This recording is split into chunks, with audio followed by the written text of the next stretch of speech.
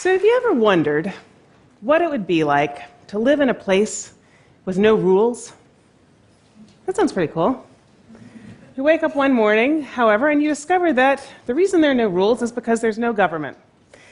And there are no laws. In fact, all social institutions have disappeared. So there's no schools, there's no hospitals, there's no police, there's no banks. There's no athletic clubs. There's no utilities. Well, I know a little bit about what this is like, because when I was a medical student in 1999, I worked in a refugee camp in the Balkans during the Kosovo War. And when the war was over, I got permission, unbelievably, from my medical school to take some time off and follow some of the families that I had befriended in the camp back to their village in Kosovo and understand how they navigated life in this post-war setting. So, post-war Kosovo was a very interesting place because NATO troops were there, mostly to make sure that the war didn't break out again. But other than that, it was actually a lawless place. And almost every social institution, both public and private, had been destroyed.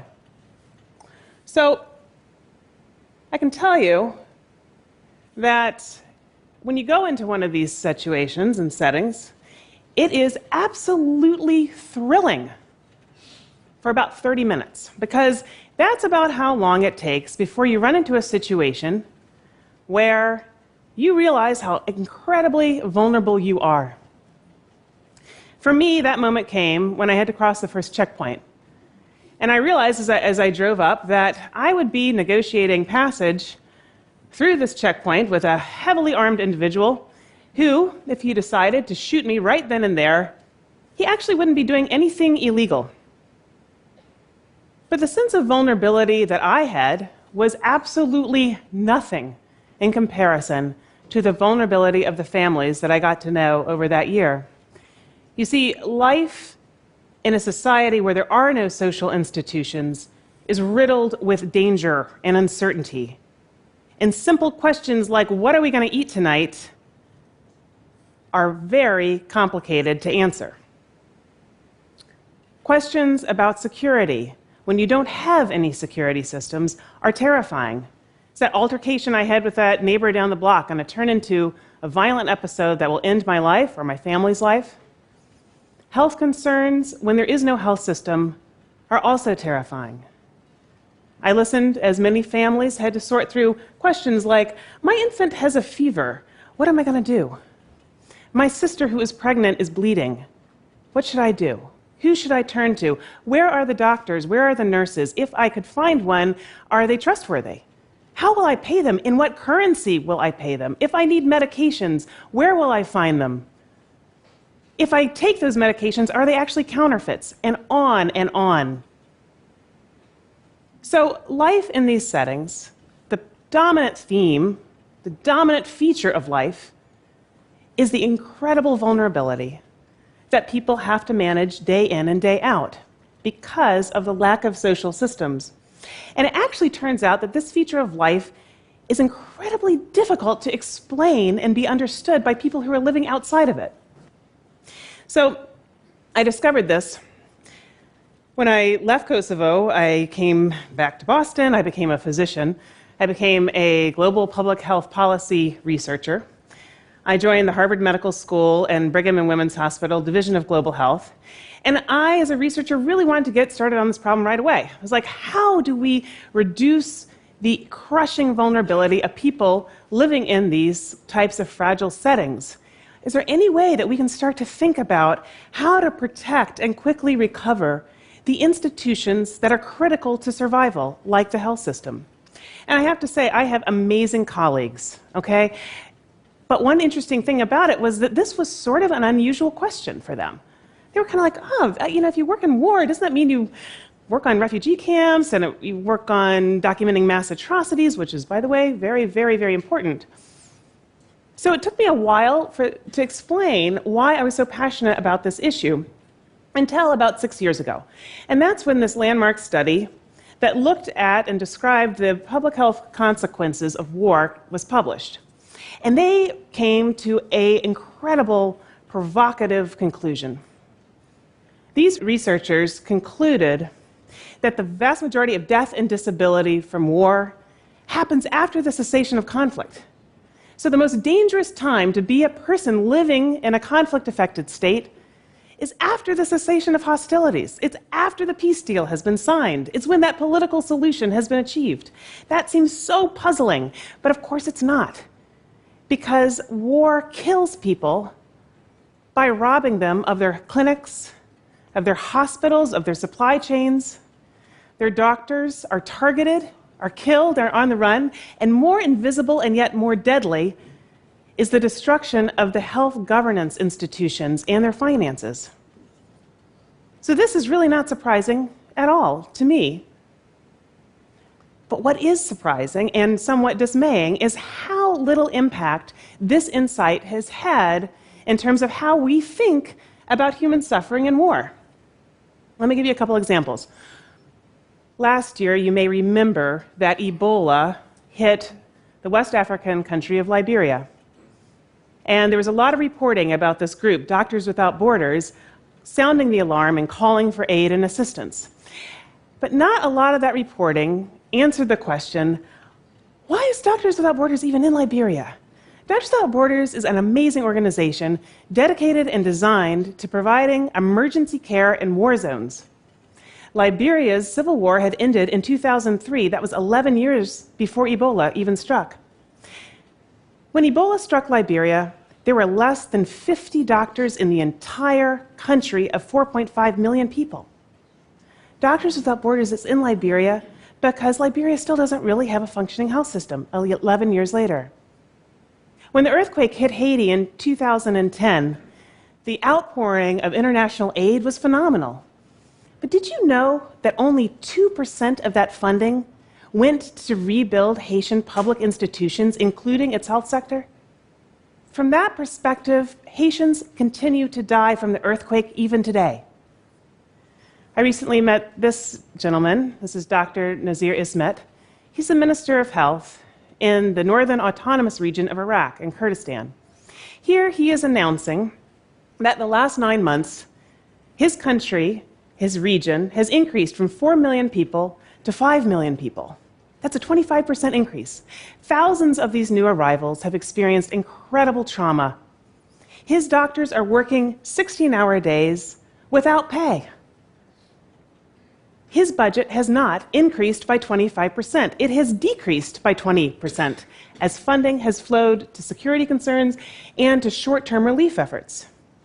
When his health sector fails, and if history is any guide, it will, how do you think that's going to influence the decision-making of the 5 million people in his region as they think about whether they should flee that type of vulnerable living situation? So, as you can see, this is a frustrating topic for me, and I've really tried to understand why the reluctance to protect and support indigenous health systems and security systems. And I usually tier two arguments. The first concern is about corruption, and the concern that people in these settings are corrupt and they are untrustworthy.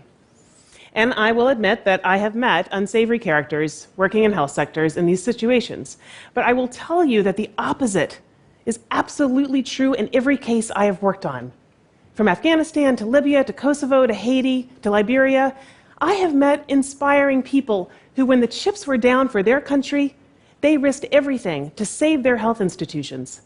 The trick for the outsider who wants to help is identifying who those individuals are and building a pathway for them to lead. And that is exactly what happened in Afghanistan.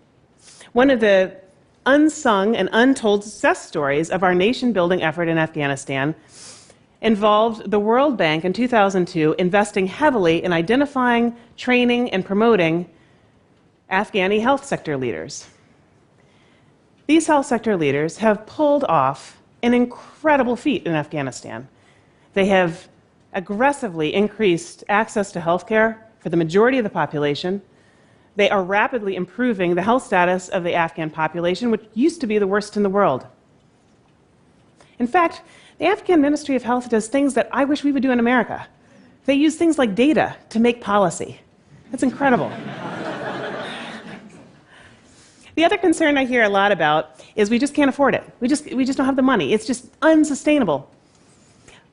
I would submit to you that the current situation and the current system we have is the most expensive, inefficient system we could possibly conceive of. The current situation is that when governments like the US, or let's say the collection of governments that make up the European Commission, every year they spend $15 billion on just humanitarian and emergency and disaster relief worldwide.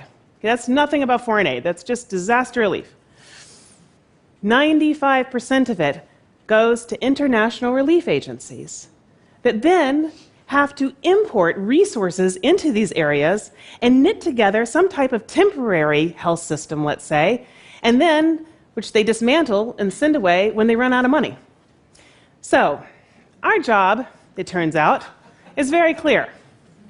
We, as the global health community policy experts, our first job is we need to become experts in what and how to monitor the strengths and vulnerabilities of health systems in threatened situations. Okay? And that's when we see doctors fleeing, when we see health resources drying up, when we see institutions crumbling, that's the emergency. That's when we need to sound the alarm and wave our arms. Okay? Not now. Everyone can see that's an emergency. They don't need us to tell them that. Okay? Number two, places like where I work at Harvard need to take their cue from the World Bank experience in Afghanistan, and we need, and we will, build robust platforms to support health sector leaders like these. Okay? These people risk their lives. I think we can match their courage with some support. Number three, we need to reach out and make new partnerships.